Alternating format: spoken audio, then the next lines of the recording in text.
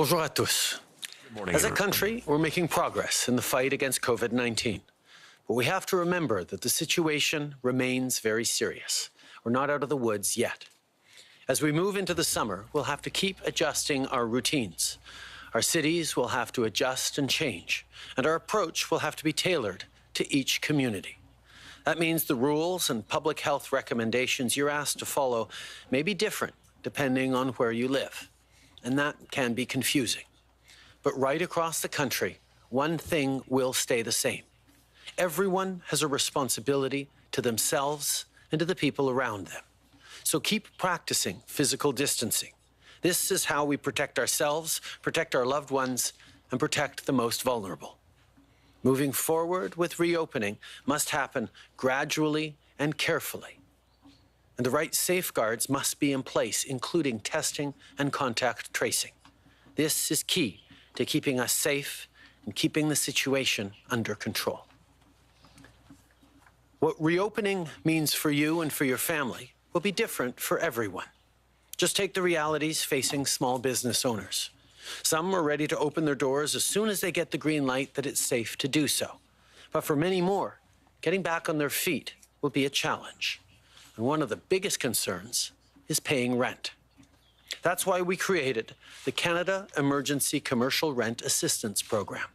This benefit will provide forgivable loans to landlords so that they can lower rent by 75% for small businesses hit hardest by COVID-19.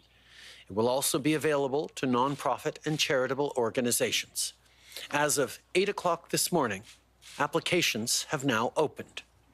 If you're a landlord with up to 10 eligible tenants and you're located in the Atlantic, BC, Alberta, or Quebec, you can apply today at cmhc.ca.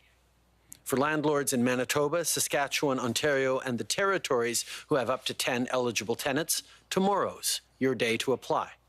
Landlords with more than 10 tenants will be able to apply later this week. To landlords, please apply. And to business owners, make sure you're holding up your end of the bargain as well. The Canada Emergency Business Account can help you pay your rent on time. And the Wage Subsidy, which we're extending through the summer, can help you rehire your workers. We're all in this together, and together is how we're going to get through it. Depuis 8 heures ce matin, les propriétaires de logements peuvent présenter une demande sur le site schl.ca. Tenants can ask for an aid for the Canada Emergency Rent Assist Program. For owners that have more than 10 tenants that are in Quebec, in British Columbia, in Alberta, in the Atlantic, you can do your demand starting today.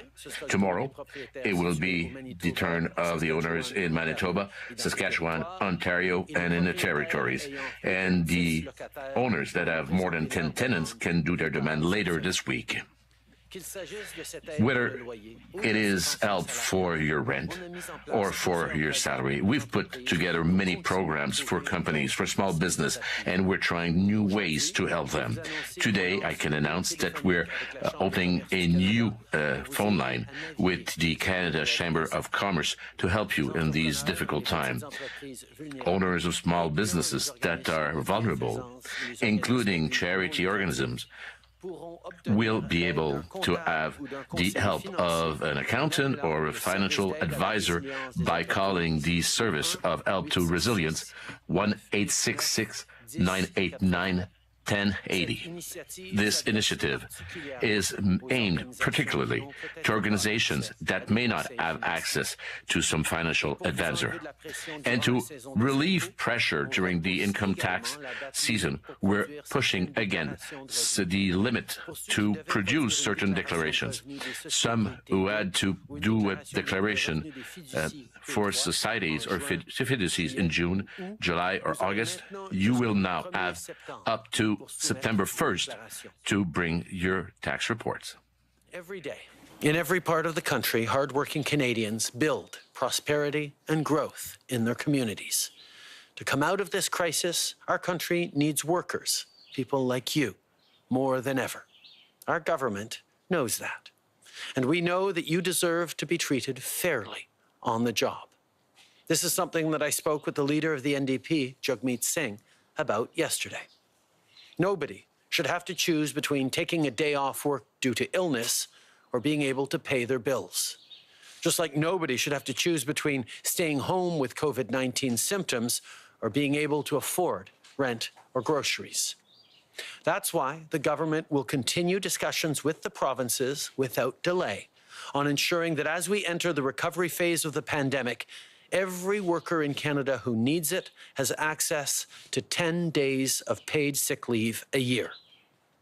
And we'll also consider other mechanisms for the longer term to support workers with sick leave. Nobody should have to choose between taking a sick leave or pay their bills. Nobody should have to choose between staying home with symptoms of COVID-19 or paying their rent or their grocery. So this is why the government is pursuing discussion with the provinces to make sure that when we will start the recovery phase, everyone could have 10 days paid, sick paid leave a year.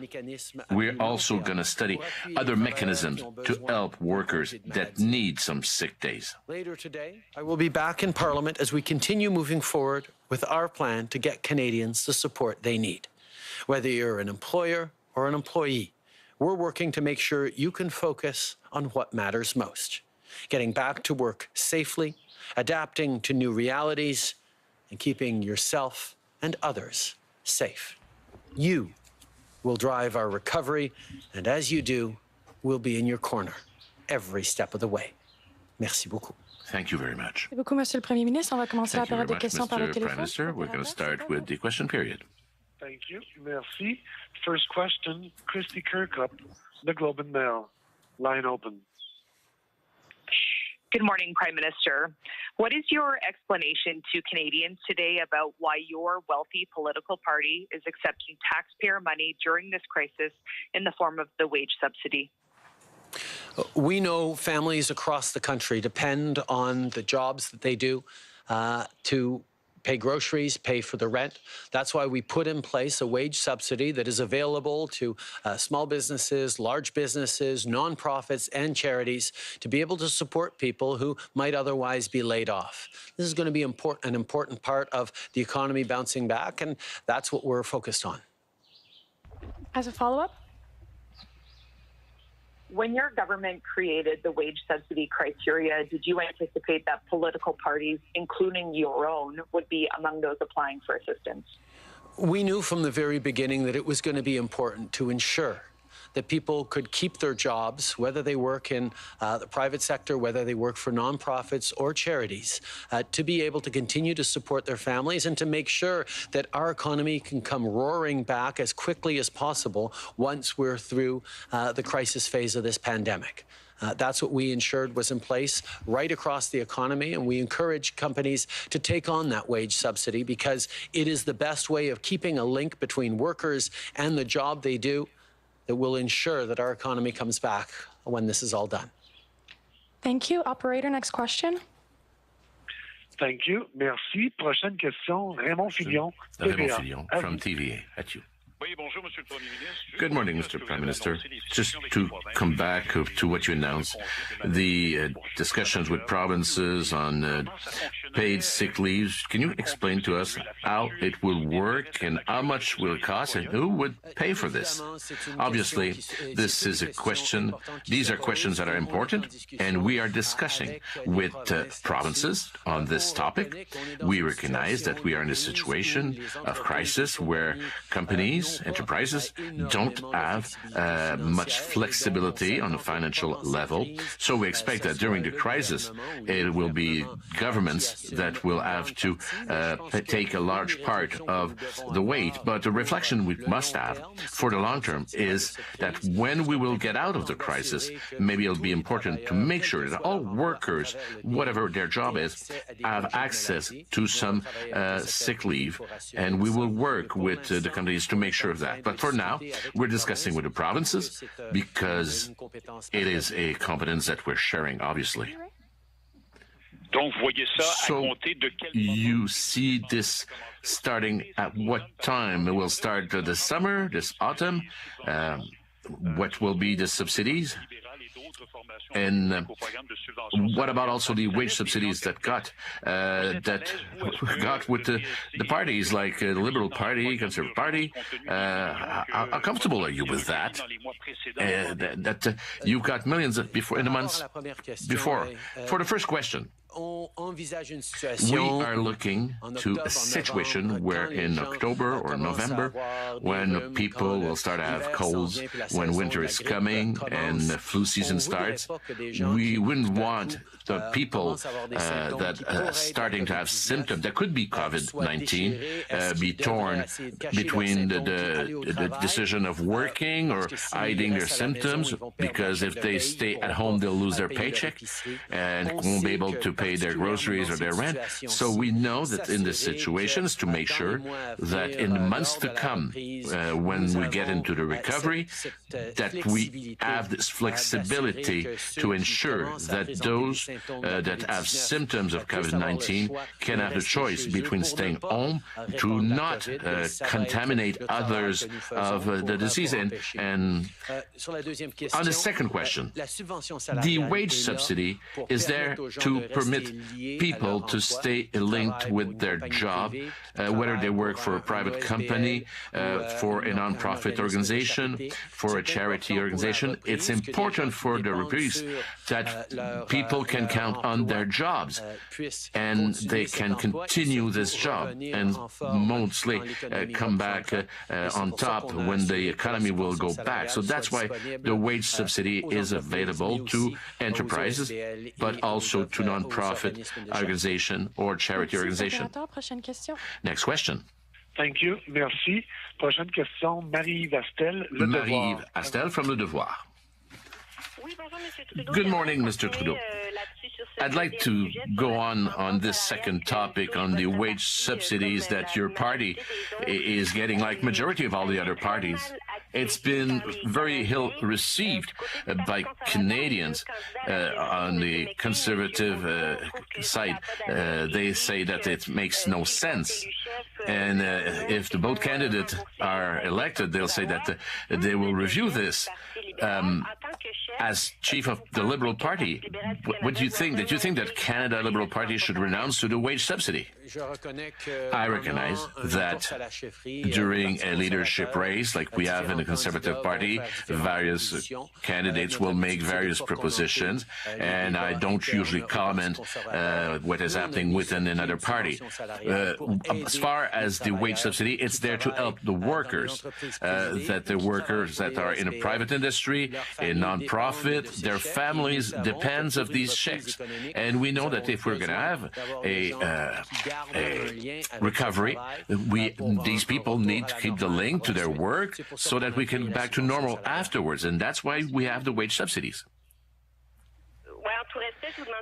In all respect, I'm not asking you to comment what's happening at the leadership of the Conservative, but you, as the chief of the Liberal Party, do you think that your party should renounce to the wage subsidy? And because people are saying that you're taking millions in your pockets and using a program to help people that have no money. The reality is that workers in many industries, in many organizations across the country that depend of the job that they have so that they can pay their rents, their groceries, they can pay the necessities for their families. And we took the decision to make sure that the wage subsidy would be accessible to all the enterprises and all the non-profit organization. And it's a decision to permit the economy to recover strongly. And it's a good decision because we must help Canadians, whatever the organizations they're working for. Merci. Thank you. Thank you. Last question on the phone. Last question on the phone. Thank you. Merci. Thank you. From Stephanie Levitz, the Canadian Press. Line open. Good morning, Prime Minister. Your government, as well as provincial and local ones, ask Canadians to make pretty big sacrifices to curb the spread of COVID-19 in order to give the healthcare system time to get ready. When we look at federal procurement data, it suggests you've obtained anywhere from about 0.6% to 23% of the goods you set out to buy to help equip the hospitals and frontline workers. So I'm wondering if you have confidence that the system is in fact ready for a potential second wave. We've received over 40 flights of PPE into Canada over the past weeks, and will continue to receive flights almost every single day. The amount of PPE we're procuring from international sources continues to increase, while at the same time we are ramping up domestic production of things like masks and gowns and ventilators, the kinds of things that are actually necessary to handle that second wave. We know there's lots more to do, but we have been delivering on the needs that we're seeing right across the country.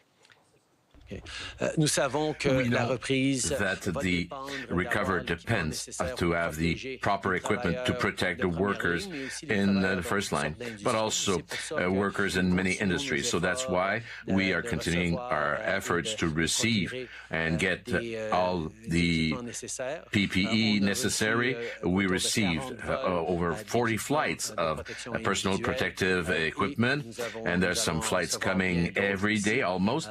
And we also are ramping up the local production of necessities like masks, gowns, ventilators for the second wave. Yeah, as a follow-up on a different topic, the Information Commissioner has asked both you and the President of the Treasury Board to send a very direct message to your ministries that they need to be proactively open and accountable during the pandemic. Why have you not delivered such a message? We have made transparency and openness a watchword of this government from the very beginning. And with every announcement I make, with every announcement the ministers make on help for Canadians, we've been absolutely transparent on the investments we're making as we move forward. But we recognize there's always more to do in terms of openness and transparency, and we will continue to demonstrate that with Canadians, because we know fundamentally there's an issue of trust and of confidence. And if Canadians can continue to have confidence that their government is working hard for them, they will know that continuing to follow public health recommendations, continuing to know that they're going to be supported as we move through this pandemic, will leave us all better off as we begin to recover. We know that transparency and openness are essential to continue to keep the confidence of Canadians when people know that their government is open with them and shares openly all what we're doing. Not only are they trusting the future, but they're also trusting the system is working to protect them. And I think that for the recovery will be even easier. Prime Minister Tom Parry, CBC. You said in your statement that the government is continuing discussions with the provinces on paid sick leave. Where do those talks stand? Do you think that all the provinces are on board with this? And how do you see a national system for paid sick leave? How do you see that working? The issue of paid sick leave is one that was first brought up a number of weeks ago on our First Minister's call by Premier Horgan of British Columbia, who pointed out quite rightly that when the fall comes and flu season starts up, we don't want people who develop a sniffle to suddenly worry that, well, they really shouldn't go into work, but they can't afford to not go into work. And therefore, the risk of contributing to a second wave significantly could be a real problem.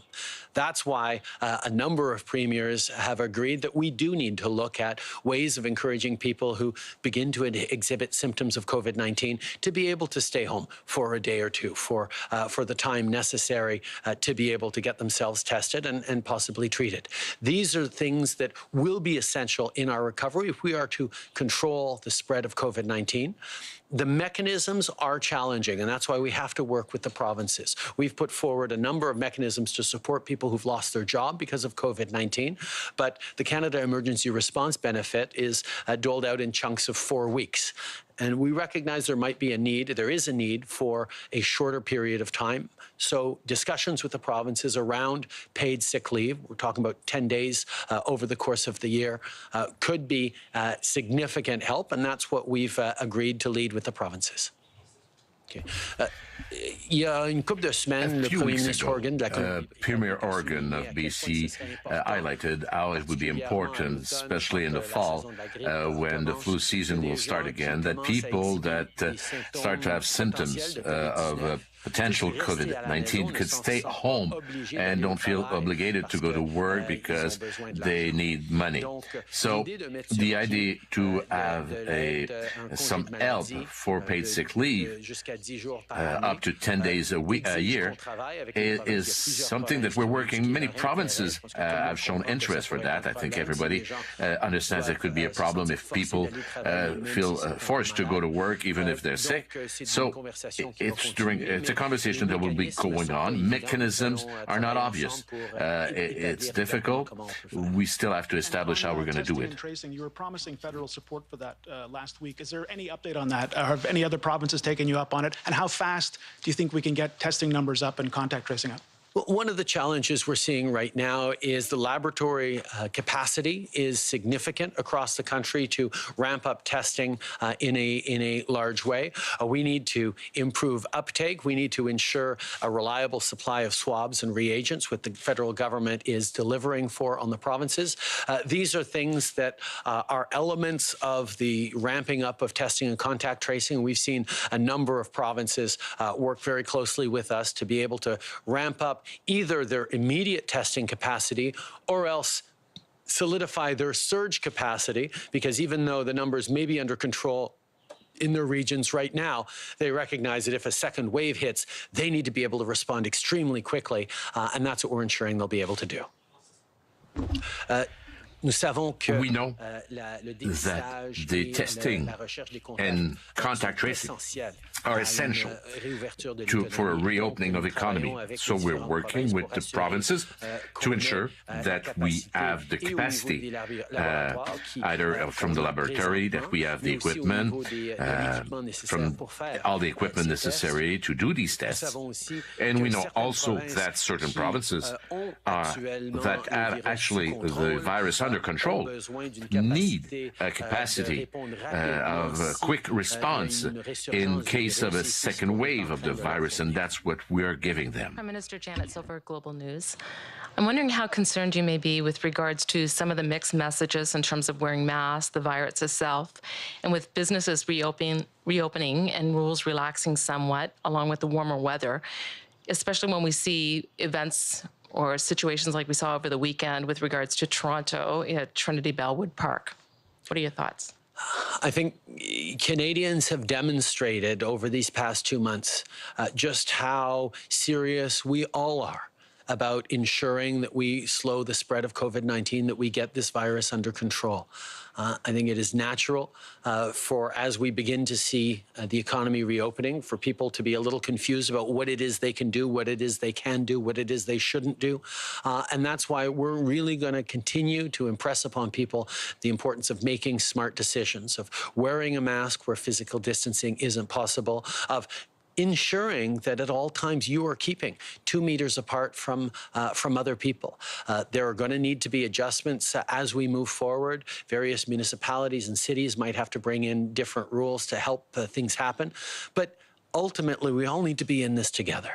We have to do smart things to keep ourselves, to keep our families, to keep our loved ones, to keep our frontline workers safe. We do not want to see a resurgence of the virus. We do not want to see our healthcare systems overloaded. We have demonstrated as Canadians that we can do this. We just need to remain vigilant, because we have to continue being very careful throughout the coming months. Okay. We know that we are in a good situation as a country now, because Canadians have followed directives, have, generally speaking, took their distances, kept their distance of 2 meters, stayed home for a long time. With the economy that's reopening, with the nice weather coming back, people will want to do more, and now it'll be important that everyone stays careful, keep their 2 meters of distance, and certain municipalities, certain places will adjust their rules to make sure that we don't have an expansion, a resurgence of the COVID-19. But I know that Canadians want to do good things. They want to protect their friends, their close ones, our health workers. But we will have to stay attentive to follow the rules and to keep ourselves in safety and security together. Hong Kong now. Given China's proposed national security laws on Hong Kong, other than voicing concerns, what can Canada do practically to encourage the protection of democratic freedoms in Hong Kong? Well, we put out a very strong statement with a number of our allies of real concern for the situation in Hong Kong. I think it's important to support the citizens of Hong Kong, including 300,000 Canadians, who really want to see the one country, two systems approach to Hong Kong and China continue. It is going to be important for the Chinese government to engage in constructive conversations with citizens of Hong Kong to ensure that we de-escalate the tensions, and we look forward to a path that actually allows for prosperity in a way that the citizens of Hong Kong expect. Ian Wood, CTV News. Prime Minister, last Friday, the UK government said that it would be further reviewing Huawei's involvement in the 5G network and phasing it out completely by 2023, leaving Canada the last of the Five Eyes to really make a decision on Huawei's involvement. Are you still considering their involvement in the 5G network, and when can we expect a decision? On this issue, we have been taking advice from our security officials. We have been working with them to ensure what is the right path forward for Canada is followed. We are working closely with our allies and watching what they do to make sure that we are all doing the things necessary to both create economic opportunities and growth for our country while making sure that safety and security of our infrastructures, our businesses, and our people is tantamount. Okay. Nous allons continuer de travailler avec nos agences de renseignement sur la question du 5G. Nous allons prendre les décisions qui sont les bonnes. We will take the decisions that are good for the country, for citizens, for our institutions, of course, talking with our allies. And given the reduced parliamentary sittings and the focus on coronavirus, how is your government going to advance legislation on non-COVID-19 matters like gun control or assisted dying, which is up for a court-ordered review? I think obviously work still continues throughout the government on important non-COVID priorities. But right now in Parliament, the focus needs to be on this crisis that has taken over almost every aspect of Canadians' lives and of our economy. We will continue to work to address the needs that Canadians face both through this health crisis and into the economic challenges as we begin to recover from this COVID-19 crisis. It's important that we have a Parliament and institutions that function well, and that's what we are continuing to demonstrate. Okay. We have a government that still works on many issues that are not linked to the COVID-19, but the priority in Parliament right now, priority for Canadians, is really to make sure that the response to this crisis, whether it's on the health level or the economic level, is proper so that we can have a reopening of the economy. We have debates and discussions on that, and this is on what we're going to keep our focus for now. Bonjour, Monsieur Trudeau, Christian Noël de Radio-Canada. I'd like to come back on the paid sick leave, those 10 days. Would that be only is a person that fears to have COVID-19, to be infected, to test positive? Second, who's going to split the invoice, the various governments? How much do you think it's going to cost the federal government?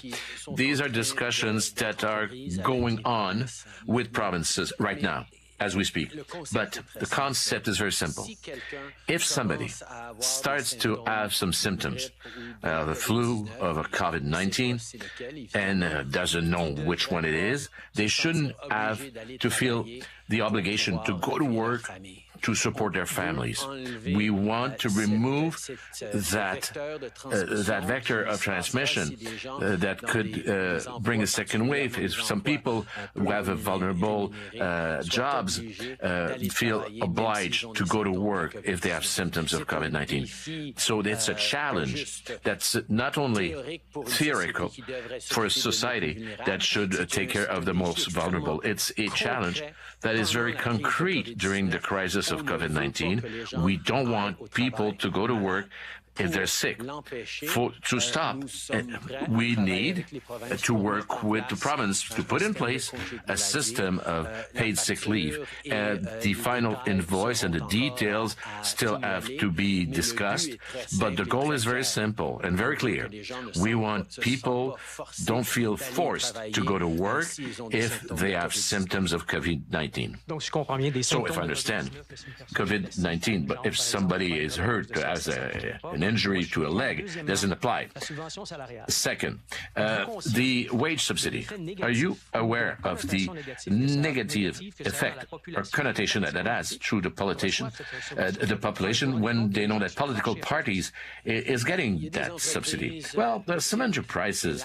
There are some organizations, non-profit organizations, there's charity organizations that for whom Canadians depend on their paycheck to support their families, to deliver their groceries. We need to make sure that our economy can stay in place, and we've put that wage subsidy to be there to help workers of various sectors to have a strong economy later on. It's important for Canadians to see that our businesses and our enterprises have this subsidy. We have put in place a system to ensure that people can stay connected to their jobs so that they can continue to support their families and pay their bills while continuing to work for organizations that otherwise might have to lay people off. It's there for small businesses, it's there for big businesses, it's there for nonprofits, it's there for the charitable sector. This is something that is going to be important for the economy to come back, and that's why we put in place the wage subsidy. Merci, c'est ce qui met à la conférence de presse Thank you. aujourd'hui. This is what concludes this press conference.